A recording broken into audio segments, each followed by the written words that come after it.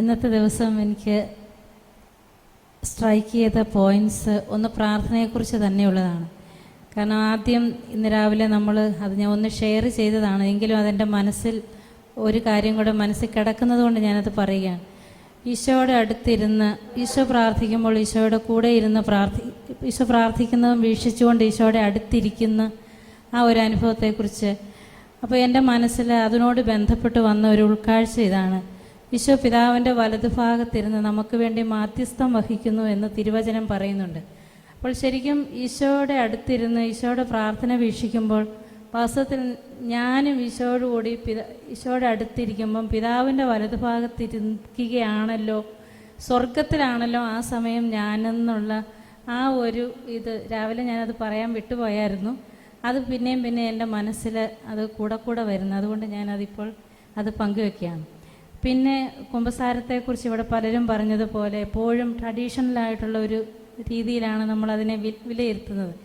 പക്ഷേ ബേസിക്കായിട്ട് എനിക്ക് തോന്നുന്നു ഒരുപക്ഷെ എൻ്റെ സ്വഭാവത്തിൻ്റെ ഒരു പ്രത്യേകത കൊണ്ട് കൂടിയായിരിക്കാം ഈ പരിസേയ മനസ്ഥിതി എന്ന് പറയുന്നത്.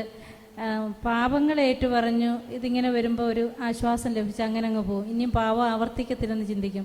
പക്ഷെ വീണ്ടും പാപം ചെയ്തു പോകുന്നതിൻ്റെ കാരണം ഈ പരിസേയ മനസ്ഥിതി എന്നിൽ കിടക്കുന്നത് കൊണ്ടാണ് എന്നുള്ള ആ ഒരു കാര്യം കുറച്ചുകൂടി വ്യക്തമായിട്ട് ആ ഒരു ഉൾക്കാഴ്ച ലഭിച്ചു. പിന്നെ മരണത്തെക്കുറിച്ചുള്ളതാണ്. കാരണം മരണം എനിക്കൊരു വലിയ ഞാൻ എൻ്റെ അപ്പൻ്റെ മരണം നേരിൽ കണ്ടതാണ്. ഇങ്ങനെ ഒരു കുഞ്ഞുറങ്ങുന്നത് പോലെ. അപ്പം എനിക്ക് ക്യാൻസറായിരുന്നു, പക്ഷേ നമ്മൾ നോക്കി നിന്നതുകൊണ്ട് മരിച്ചു എന്ന് മനസ്സിലായി. അപ്പം മരണം എനിക്കൊരു വലിയൊരു ആനന്ദകരമായ ഒരു അനുഭവം പോലെയായിരുന്നു. ഇങ്ങനെ ഒരു കുഞ്ഞുറങ്ങുന്ന പോലെയാണ് എൻ്റെ അപ്പം മരിച്ചത്. അതേസമയം കഴിഞ്ഞ വർഷം ഏകദേശം ഡിസംബറിലാണ് എൻ്റെ അനുജത്തി, ചെറുപ്രായമായിരുന്നു, മരിച്ചത്. പക്ഷെ അവളുടെ മരണവും ഞാൻ കണ്ടു. അതും വളരെ ശാന്തമായിട്ടായിരുന്നു. പക്ഷേ മരണം അതൊരു വേർപാട് എനിക്ക് വലിയൊരു ദുഃഖം പോലെയായിരുന്നു, കാരണം അവളുടെ കുട്ടികളെയൊക്കെ കാണുമ്പോൾ.